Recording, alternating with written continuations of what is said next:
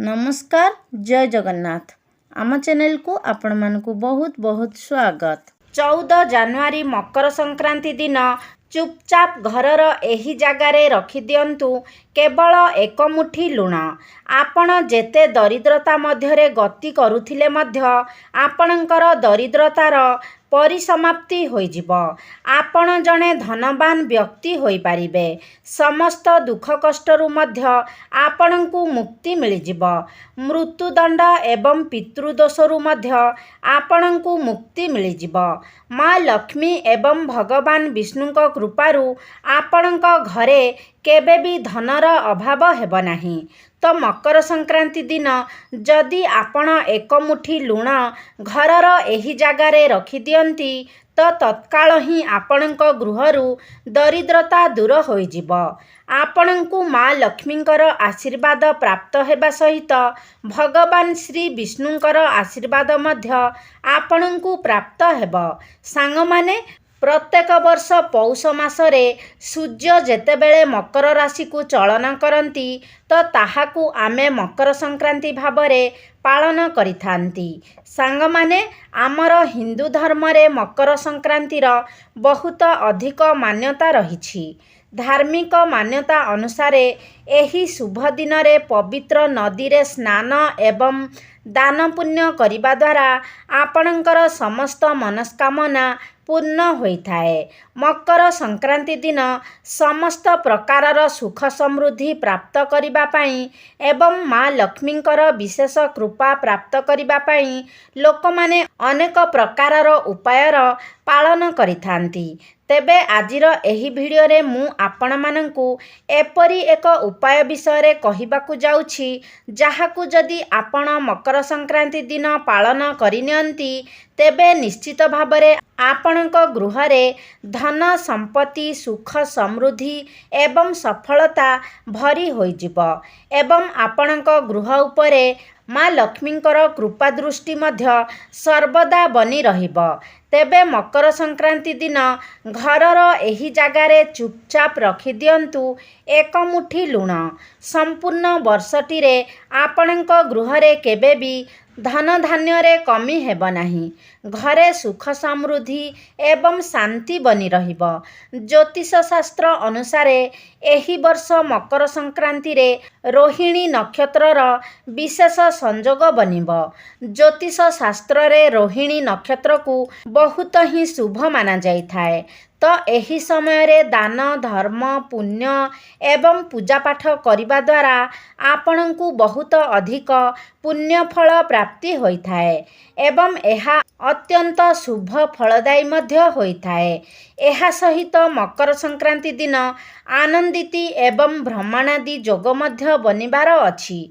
कौनसी भी शुभ कार्य करिबा पई ब्रह्मयोग बहुत ही शुभ होइथाए एवं आनंदिती जोग सबु प्रकारर सुख समृद्धि प्राप्त करिबा पई अत्यंत शुभ होइथाए। एही शुभ जोगरे आरंभ करा जाउथिबा कौनसी भी कार्य रे बाधा विघ्न आसी न थाए। एहा व्यतीत आपण एही मकर संक्रांति दिन सुना एवं चांदीर किछि जिनिस मध्य किणी पारिबे।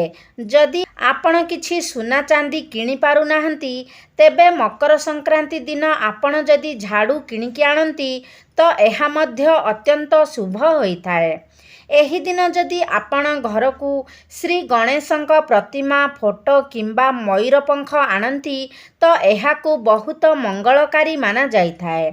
विशेष करी एही दिन आपण माँ लक्ष्मींकर चरण पादुका घर को आणंतु। पद्म फूलर माळ आणंतु एवं माँ लक्ष्मी को प्रसन्न करिबा पई मकर संक्रांति दिन आपण आपणकर गृहरे मिठा व्यंजन प्रस्तुत करंतु एवं माँ लक्ष्मी को भोग स्वरूप अर्पण करंतु।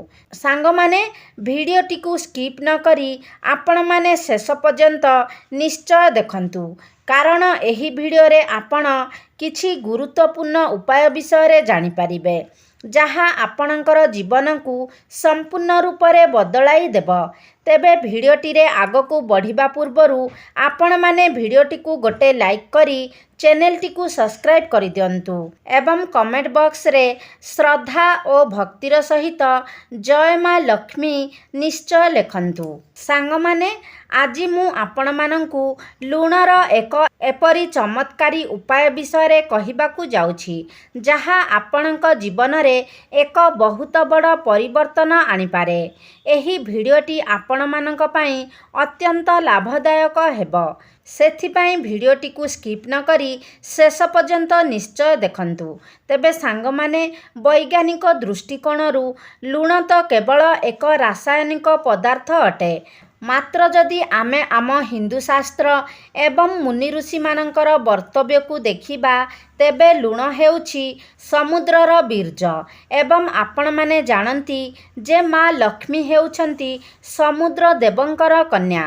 ତେବେ ଆଜି ମୁଁ ଆପଣମାନଙ୍କୁ ଲୁଣର କିଛି ଏପରି ଚମତ୍କାରୀ ଉପାୟ ବିଷୟରେ କହିବାକୁ ଯାଉଛି ଯାହାକୁ ଜାଣିସାରିଲା ପରେ ଏବଂ ଆପଣ ସେହି ସବୁ ଉପାୟଗୁଡ଼ିକୁ ନିଜର ଜୀବନରେ ବ୍ୟବହାର କରିବା ପରେ ଆପଣ ଜୀବନରେ କେଉଁଠାରେ ବି ଅସଫଳ ହେବେ ନାହିଁ। ଆପଣ ଯେଉଁ ବି କାର୍ଯ୍ୟ କରିବେ ସେଥିରେ ନିଶ୍ଚୟ ଭାବରେ ଆପଣ ସଫଳତା ପ୍ରାପ୍ତ କରିବେ। ଏହି ଉପାୟଗୁଡ଼ିକୁ ନିଜ ଜୀବନରେ ବ୍ୟବହାର କରିବା ଦ୍ୱାରା ଆପଣଙ୍କ ଜୀବନରେ କେବେ ବି ଧନର ଅଭାବ ହେବ ନାହିଁ। ଯଦି ଆପଣଙ୍କ ଘରେ କୌଣସି ବ୍ୟକ୍ତିଙ୍କୁ ବେମାରୀ ଲାଗି ରହୁଛି, ଘରେ ସର୍ବଦା ଅଶାନ୍ତିର ବାତାବରଣ ସୃଷ୍ଟି ହେଉଛି, ପ୍ରତ୍ୟେକ ସଦସ୍ୟମାନଙ୍କ ଭିତରେ ମନାନ୍ତର ମତାନ୍ତର ହେଉଛି, ଆପଣ ଋଣ କରଜ ଭାରରେ ବୁଡ଼ି ରହିଛନ୍ତି, ଚାକିରି କ୍ଷେତ୍ରରେ ଆପଣଙ୍କୁ ପଦୋନ୍ନତି ମିଳୁନାହିଁ କିମ୍ବା ସମସ୍ତ ଜାଗାରେ ଆପଣଙ୍କୁ ସମସ୍ୟାର ସମ୍ମୁଖୀନ ହେବାକୁ ପଡ଼ୁଛି, ତେବେ ଏହି ଉପାୟକୁ ପାଳନ କରିବା ଦ୍ୱାରା ଆପଣ ସେ ସମସ୍ତ କଷ୍ଟରୁ ରକ୍ଷା ପାଇପାରିବେ। ସେ ସମସ୍ତ ସମସ୍ୟା ଆପଣଙ୍କର ସମାଧାନ ହୋଇଯିବ। ଆପଣମାନଙ୍କୁ ଲାଗୁଥାଇପାରେ ଯେ ଲୁଣ ଗୋଟିଏ ସାଧାରଣ ଜିନିଷ, ମାତ୍ର ସାଙ୍ଗମାନେ, ଲୁଣ ଭିତରେ ଏପରି ଚମତ୍କାରୀ ଶକ୍ତି ରହିଛି ଯାହାକୁ କି ପ୍ରତ୍ୟେକ ବ୍ୟକ୍ତି ଜାଣିନଥାନ୍ତି। ଏବଂ ଯଦି ଆପଣ ଏହି ଚମତ୍କାରୀ ଶକ୍ତି ବିଷୟରେ ଜାଣିଛନ୍ତି, ତେବେ ଜୀବନରେ ଆପଣ କେବେ ବି ଧନର ଅଭାବର ସମ୍ମୁଖୀନ ହେବେ ନାହିଁ। ଆପଣମାନେ ଜାଣନ୍ତି ଯେ ଆମ ସ୍ୱାସ୍ଥ୍ୟ ଉପରେ ବି ଲୁଣର କେତେ ଗୁରୁତ୍ୱପୂର୍ଣ୍ଣ ଭୂମିକା ରହିଥାଏ। ଯଦି ଆମ ଖାଦ୍ୟରେ ଲୁଣର ମାତ୍ରା ଅଧିକ ହୋଇଯାଏ, ତେବେ ମଧ୍ୟ ଅସୁବିଧା ହୋଇଥାଏ ଏବଂ ଯଦି ଆମ ଖାଦ୍ୟରେ ଲୁଣର ମାତ୍ରା କମ୍ ହୋଇଥାଏ, ତେବେ ମଧ୍ୟ ଅସୁବିଧା ହୋଇଥାଏ। ଏହାର ଅର୍ଥ ହେଲା ଲୁଣ ଆମକୁ ଜୀବନ ଦେଇପାରେ ଏବଂ ଆମର ଜୀବନ ନେଇ ମଧ୍ୟ ପାରେ। ତେବେ ମୁଁ ଆଜି ଆପଣଙ୍କୁ ଏହି ଭିଡ଼ିଓରେ ଲୁଣର କିଛି ଜ୍ୟୋତିଷ ଉପାୟ ବିଷୟରେ କହିବାକୁ ଯାଉଛି ଯାହାକୁ ଯଦି ଆପଣ ନିଜ ଜୀବନରେ ପ୍ରୟୋଗ କରନ୍ତି, ତେବେ ଆପଣଙ୍କୁ ଜୀବନରେ କେବେ ବି କୌଣସି କଷ୍ଟର ସାମ୍ନା କରିବାକୁ ପଡ଼ିବ ନାହିଁ। ତେବେ ସାଙ୍ଗମାନେ, ଆପଣମାନେ ଜାଣନ୍ତି ଯେ ଲୁଣ ବିଭିନ୍ନ ପ୍ରକାରର ରହିଥାଏ। ଯେପରିକି ପ୍ରଥମେ ହେଉଛି ସନ୍ଦେଶ ଲବଣ, ଯାହାକୁ କି ଆମେ ପାହାଡ଼ିଆ ଲୁଣ ଭାବରେ ଜାଣିଥାଉ। ଆଉ ଗୋଟିଏ ହେଉଛି ସାମୁଦ୍ରିକ ଲୁଣ, ଅନ୍ୟଟି ହେଉଛି କଳା ଲୁଣ ଏବଂ ଗୋଟିଏ ହେଉଛି ସାଧାରଣ ଲୁଣ। ମାତ୍ର ଜ୍ୟୋତିଷ ଶାସ୍ତ୍ରରେ ଲୁଣକୁ ଚନ୍ଦ୍ର ଏବଂ ଶୁକ୍ରଙ୍କର ପ୍ରତୀକ ଭାବରେ ମାନାଯାଇଥାଏ। ଅନେକ ଲୋକ ଲୁଣକୁ ରାହୁଙ୍କର ମଧ୍ୟ ପ୍ରତୀକ ଭାବରେ ମାନିଥାନ୍ତି।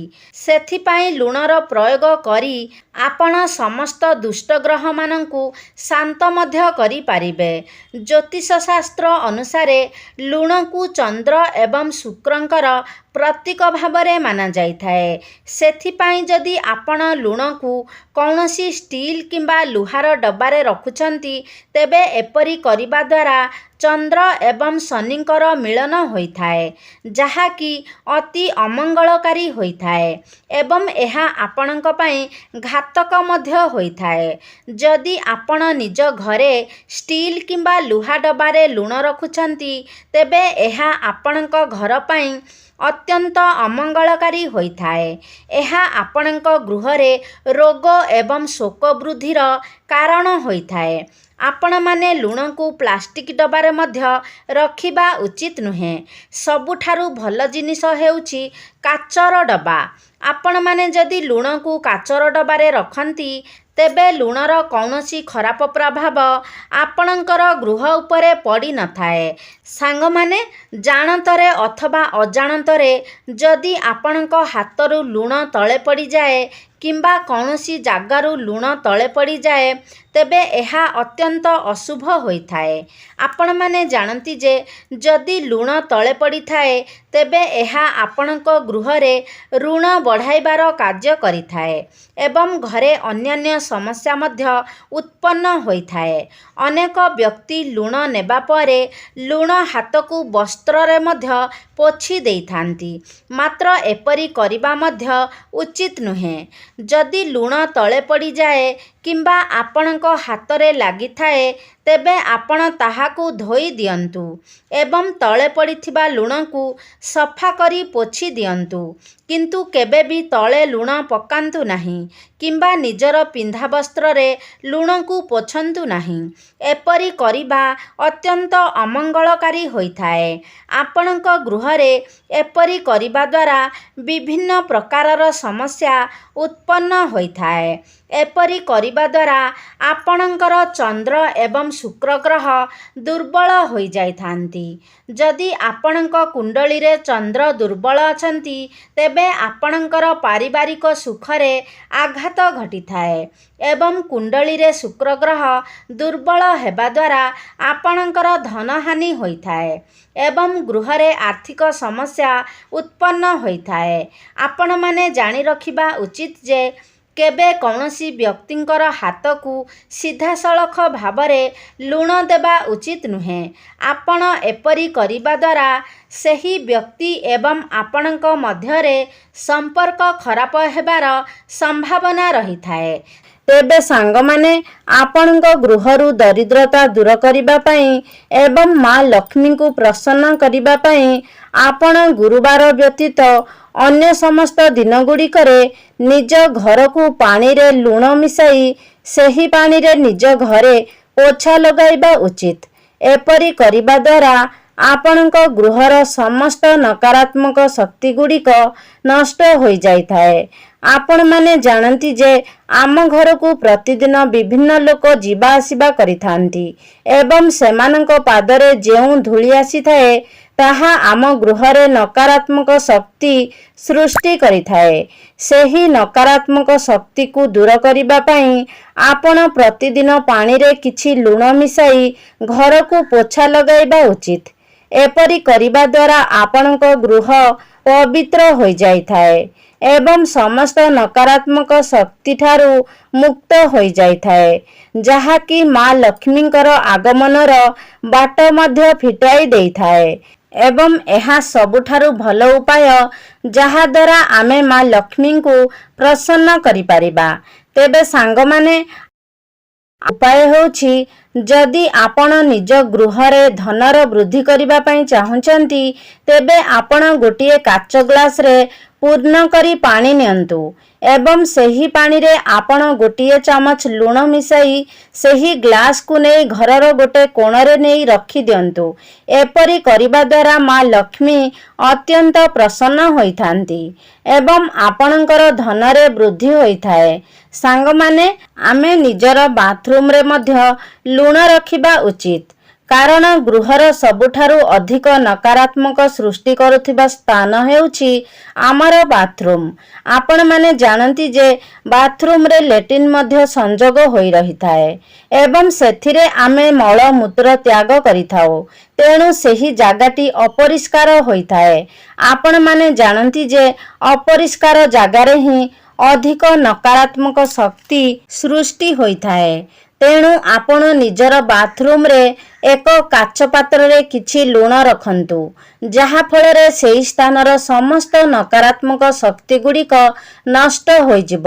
ତେବେ ସାଙ୍ଗମାନେ, ଆପଣମାନେ ଜାଣନ୍ତି ଯେ ଛୋଟ ପିଲାଙ୍କୁ ଅନେକ ସମୟରେ ନଜର ଲାଗିଯାଇଥାଏ। ତେବେ ଯଦି ଆପଣ ଏହି ନଜର ଦୋଷକୁ କାଟିବାକୁ ଚାହୁଁଛନ୍ତି ତେବେ ମଧ୍ୟ ଆପଣ ଲୁଣର ବ୍ୟବହାର କରି ଏହାକୁ କରିପାରିବେ। ତେବେ ଏଥିପାଇଁ ଗୋଟିଏ ଚୁଟକି ଲୁଣ ନେଇ ଯେଉଁ ବ୍ୟକ୍ତିଙ୍କୁ ନଜର ଲାଗିଛି ସେହି ବ୍ୟକ୍ତିଙ୍କର ଶରୀର ଚାରିପାଖରେ ଘୁରାଇ ନିଅନ୍ତୁ ଏବଂ ସେହି ଲୁଣକୁ କୌଣସି ପ୍ରବାହିତ ଜଳରେ ପ୍ରବାହିତ କରାଇ ଦିଅନ୍ତୁ। ତେବେ ସାଙ୍ଗମାନେ, ଆପଣ ଯଦି ସବୁଦିନ ପାଇଁ ରୋଗଠାରୁ ମୁକ୍ତ ରହିବାକୁ ଚାହୁଁଛନ୍ତି କିମ୍ବା ଆପଣଙ୍କ ଗୃହରେ କୌଣସି ସଦସ୍ୟ ସବୁବେଳେ ରୋଗଗ୍ରସ୍ତ ହେଉଛନ୍ତି, ତେବେ ଏହି ସମସ୍ୟାରୁ ମୁକ୍ତି ପାଇବା ପାଇଁ ଆପଣ ସର୍ବଦା ପୂର୍ବ ଦିଗକୁ ମୁଣ୍ଡ କରି ଶୁଅନ୍ତୁ ଏବଂ ନିଜ ଶୋଇବା କକ୍ଷରେ ଗୋଟିଏ କାଚର ପାତ୍ରରେ କିଛି ସନ୍ଧେବ ଲବଣ ରଖନ୍ତୁ। ଏପରି କରିବା ଦ୍ୱାରା ସ୍ୱାସ୍ଥ୍ୟରେ ସୁଧାର ଆସିଥାଏ ଏବଂ ସେହି ରୋଗ ଧୀରେ ଧୀରେ ସମାପ୍ତ ହୋଇଯାଇଥାଏ। ମାତ୍ର ମନେ ରଖନ୍ତୁ ଯେ ଏଥିପାଇଁ ଆପଣଙ୍କୁ କେବଳ ସନ୍ଧେବ ଲବଣର ବ୍ୟବହାର କରିବା ଉଚିତ। ସାଧାରଣ ଲୁଣର ଏହା ଉପରେ କୌଣସି ପ୍ରଭାବ ରହିନଥାଏ। ତେବେ ସାଙ୍ଗମାନେ, ଯଦି ଆପଣଙ୍କ କୁଣ୍ଡଳୀରେ ଚନ୍ଦ୍ର ଏବଂ ମଙ୍ଗଳଙ୍କର ଦୋଷ ରହିଛି ଏବଂ ଆପଣ ଚାହୁଁଛନ୍ତି ଯେ ଆପଣଙ୍କ କୁଣ୍ଡଳୀ ଚନ୍ଦ୍ର ଏବଂ ମଙ୍ଗଳଙ୍କ ଦୋଷରୁ ମୁକ୍ତ ହେଉ, ତେବେ ଆପଣ ଏଥିପାଇଁ ଲୁଣର ପ୍ରୟୋଗ କରି ନିଜ କୁଣ୍ଡଳୀରୁ ଏହି ସବୁ ଦୋଷକୁ କମାଇ ଦେଇପାରିବେ। ସେଥିପାଇଁ ଆପଣ 21 ଦିନ ପର୍ଯ୍ୟନ୍ତ ଏହି ଉପାୟଟିକୁ କରିବେ। ଶରୀର ଚାରିପଟେ 7 ଥର ବୁଲାଇ ଦିଅନ୍ତୁ ଏବଂ ସେହି ଲୁଣକୁ ନେଇ ଆପଣ କୌଣସି ପ୍ରବାହିତ ଜଳରେ ପ୍ରବାହିତ କରିଦିଅନ୍ତୁ। ଏପରି ଆପଣଙ୍କୁ 21 ଦିନ ପର୍ଯ୍ୟନ୍ତ କରିବାକୁ ହେବ। ଏପରି କରିବା ଦ୍ୱାରା ଆପଣଙ୍କ କୁଣ୍ଡଳୀରୁ ଚନ୍ଦ୍ର ଏବଂ ମଙ୍ଗଳ ଦୋଷ ଦୂର ହୋଇଯାଇଥାଏ। ସାଙ୍ଗମାନେ, ଆପଣ ଯଦି ସବୁବେଳେ ମାନସିକ ଚିନ୍ତାରେ ରହୁଛନ୍ତି, ଆପଣଙ୍କୁ ସବୁବେଳେ ଅସ୍ତବ୍ୟସ୍ତ ଲାଗୁଛି ଏବଂ ଆପଣ କେବେ ବି ନିଜ ଭିତରେ ସ୍ଥିରତା ଅନୁଭବ କରିପାରୁନାହାନ୍ତି, ତେବେ ଏଥିପାଇଁ ଏହି ସବୁ ସମସ୍ୟାର ସମାଧାନ ପାଇଁ ମଧ୍ୟ ଆପଣ ଲୁଣର ପ୍ରୟୋଗ କରିପାରିବେ। ଏଥିପାଇଁ ଆପଣ ଗୋଟିଏ ଚୁଟକି ଲୁଣ ନିଅନ୍ତୁ ଏବଂ ନିଜର ମୁଣ୍ଡ ଚାରିପଟେ 7 ଥର ବୁଲାଇ ଦିଅନ୍ତୁ। ତାପରେ ଆପଣ ଏହି ଲୁଣକୁ ନେଇ ବୃକ୍ଷ ମୂଳରେ ପକାଇ ଦିଅନ୍ତୁ। ଏପରି କରିବା ଦ୍ୱାରା ଆପଣ ଧୀରେ ଧୀରେ ସମସ୍ତ ପ୍ରକାର ମାନସିକ ଚିନ୍ତାରୁ ଦୂରେଇ ଯାଇପାରିବେ। ଆପଣଙ୍କର ସବୁ ମାନସିକ ଚିନ୍ତା ଧୀରେ ଧୀରେ କମ୍ ହେବାକୁ ଲାଗିବ ଏବଂ ଏହାଦ୍ୱାରା ଆପଣଙ୍କର ମନ ମଧ୍ୟ ଶାନ୍ତ ରହିବ। ସାଙ୍ଗମାନେ, ଯଦି ସ୍ୱାମୀ ସ୍ତ୍ରୀ ଭିତରେ ସମ୍ପର୍କ ଭଲ ନଥାଏ, ତେବେ ଆପଣ ନିଜ ଗୃହର ସମସ୍ତ କୋଣରେ କାଚ ପାତ୍ରରେ କିଛି କିଛି ଲୁଣ ରଖନ୍ତୁ ଏବଂ ପ୍ରତି ସପ୍ତାହରେ ଏହି ଲୁଣକୁ ବଦଳାଇ ଦିଅନ୍ତୁ। ଆପଣ ସେହି ପୁରୁଣା ଲୁଣକୁ ନେଇ ପ୍ରବାହିତ ଜଳରେ ପ୍ରବାହିତ କରାଇ ଦିଅନ୍ତୁ। ଏପରି କରିବା ଦ୍ୱାରା ସ୍ୱାମୀ ସ୍ତ୍ରୀଙ୍କ ସମ୍ପର୍କରେ ସୁଧାର ଆସିଥାଏ ଏବଂ ସ୍ୱାମୀ ସ୍ତ୍ରୀ ଖୁସିରେ ରହିବାକୁ ଲାଗିଥାନ୍ତି। ଏବେ ଆସନ୍ତୁ ଜାଣିବା ଆମେ ଲୁଣର ସେହି ଚମତ୍କାରୀ ଉପାୟ ବିଷୟରେ। ଲୁଣ ଡବାରେ ଆପଣ କେଉଁ 2ଟି ଜିନିଷ ରଖିବା ଦ୍ୱାରା ଆପଣଙ୍କ ଗୃହକୁ ମା ଲକ୍ଷ୍ମୀ ଆକର୍ଷିତ ହୋଇ ଆସିଥାନ୍ତି, ଯାହା ଫଳରେ କି ଆପଣଙ୍କ ଗୃହକୁ ଅତ୍ୟନ୍ତ ଧନ ଲାଭ ମଧ୍ୟ ହୋଇଥାଏ। ଆପଣ ସମସ୍ତ ଆର୍ଥିକ ସମସ୍ୟାରୁ ମୁକ୍ତି ପାଇଥାନ୍ତି ଏବଂ ଆପଣଙ୍କର ସଞ୍ଚିତ ଅର୍ଥରେ ମଧ୍ୟ ବୃଦ୍ଧି ହୋଇଥାଏ। ତେବେ ଲୁଣ ହେଉଛି ଶୁକ୍ରଙ୍କର ପ୍ରତୀକ ଏବଂ ଲବଙ୍ଗ ହେଉଛି ଶନିଙ୍କର ପ୍ରତୀକ ଏବଂ ଶୁକ୍ର ଏବଂ ଶନିଙ୍କର ମିଳନ ହେଲେ ଏହା ଧନର ଯୋଗ ସୃଷ୍ଟି କରିଥାଏ, ଯାହାଦ୍ୱାରା ଆପଣଙ୍କ ଗୃହରେ ଧନ ବୃଦ୍ଧି ହୋଇଥାଏ। କାରଣ ଜ୍ୟୋତିଷ ଶାସ୍ତ୍ର ଅନୁସାରେ ଶୁକ୍ର ଏବଂ ଶନି ପରମ ମିତ୍ର ଅଟନ୍ତି। ସେଥିପାଇଁ ଯଦି ଆପଣ ଲୁଣ ଡବାରେ 5ଟି ଲବଙ୍ଗ ରଖନ୍ତି, ତେବେ ଆପଣଙ୍କ ଗୃହରେ କେବେ ବି ଧନର ଅଭାବ ରହିନଥାଏ। ଦ୍ୱିତୀୟରେ, ଆପଣ ଲୁଣ ଡବାରେ 5ଟି ତୁଳସୀ ପତ୍ର ରଖନ୍ତୁ। ଆପଣ ଜାଣନ୍ତି ଯେ ଲୁଣ ଶୁକ୍ରଙ୍କର ପ୍ରତୀକ ଏବଂ ତୁଳସୀ ପତ୍ର ମଧ୍ୟ ବୁଧଙ୍କର ପ୍ରତୀକ ଅଟେ। ଆପଣ ଜାଣନ୍ତି ସବୁଜ ରଙ୍ଗ ହେଉଛି ବୁଧଙ୍କର ପ୍ରତୀକ। ଯେତେ ସବୁ ସବୁଜ ରଙ୍ଗର ବୃକ୍ଷ ରହିଛି ତାହା ବୁଧଙ୍କର ପ୍ରତୀକ ଅଟେ। ତେବେ ଯଦି ଆପଣ ଲୁଣ ଡବାରେ ତୁଳସୀ ପତ୍ର ରଖନ୍ତି, ତେବେ ଶୁକ୍ର ଗ୍ରହ ଏବଂ ବୁଧ ଗ୍ରହଙ୍କର ମିଳନ ହୋଇଥାଏ, ଯାହାକି ଆପଣଙ୍କର କୁଣ୍ଡଳୀରେ ମଧ୍ୟ ଯୋଗ ସୃଷ୍ଟି କରିଥାଏ। ଏହା ଫଳରେ ଆପଣଙ୍କ ଘରରେ ଧନ ବୃଦ୍ଧି ହୋଇଥାଏ ଏବଂ ଆପଣଙ୍କ ଘରେ ପିଲାମାନଙ୍କର ବୁଦ୍ଧି ମଧ୍ୟ କ୍ଷିପ୍ର ହୋଇଥାଏ। ସେମାନେ ବୁଦ୍ଧିମାନ ହୋଇଥାନ୍ତି ଏବଂ ଆପଣଙ୍କୁ ସର୍ବଦା ମା ଲକ୍ଷ୍ମୀଙ୍କର ଆଶୀର୍ବାଦ ପ୍ରାପ୍ତ ହୋଇଥାଏ। ତେବେ ସାଙ୍ଗମାନେ, ଏହା ଥିଲା ଲୁଣର କିଛି ଉପାୟ, ଯାହାଦ୍ୱାରା ଆପଣ ନିଜ ଘରୁ ସମସ୍ତ ପ୍ରକାର ନକାରାତ୍ମକ ଶକ୍ତିକୁ ଦୂର କରିପାରିବେ ଏବଂ ଆପଣଙ୍କ ଘରେ ଧନର ବୃଦ୍ଧି ମଧ୍ୟ ହେବ। ଆପଣଙ୍କ ଗୃହରେ ମା ଲକ୍ଷ୍ମୀଙ୍କର ବାସ ହେବ ଏବଂ ଆପଣଙ୍କୁ କେବେ ବି ଆର୍ଥିକ ସଙ୍କଟର ସାମ୍ନା କରିବାକୁ ପଡ଼ିବ ନାହିଁ। ତେବେ ସାଙ୍ଗମାନେ, ଆଶା କରୁଛି ଆଜିର ଭିଡ଼ିଓଟି ଆପଣମାନଙ୍କୁ ନିଶ୍ଚିତ ଭାବରେ ଭଲ ଲାଗିଥିବ। ଯଦି ଭଲ ଲାଗିଛି ତାହେଲେ ଲାଇକ୍ କରନ୍ତୁ, ସେୟାର କରନ୍ତୁ। ଆମ ଚ୍ୟାନେଲକୁ ଯଦି ସବସ୍କ୍ରାଇବ୍ କରିନାହାନ୍ତି ତାହେଲେ ସବସ୍କ୍ରାଇବ୍ କରିଦିଅନ୍ତୁ। ସର୍ବେ ଭବନ୍ତୁ ସୁଖିନଃ। ଧନ୍ୟବାଦ।